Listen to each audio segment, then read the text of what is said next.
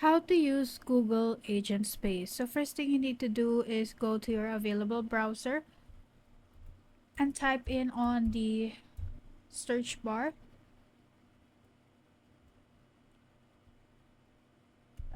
google.com. So once you're here on this page, so you just have to click on this button right here that says console beside your profile on the top right corner. And it will direct you on this page. So you just have to click on this search button right here and type in sign up for Agentspace.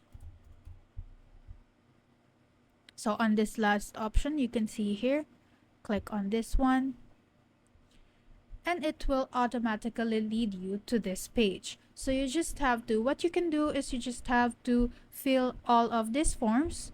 So for example, I'm typing in my mobile number, your job title,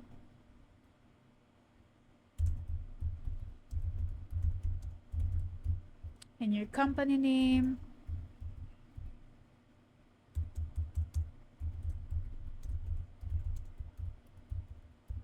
and the available country or where you are working. So next is you have to choose between the notebook LM, so offerings that you are interested in. So if you're interested in Agentspace, you can click on this one.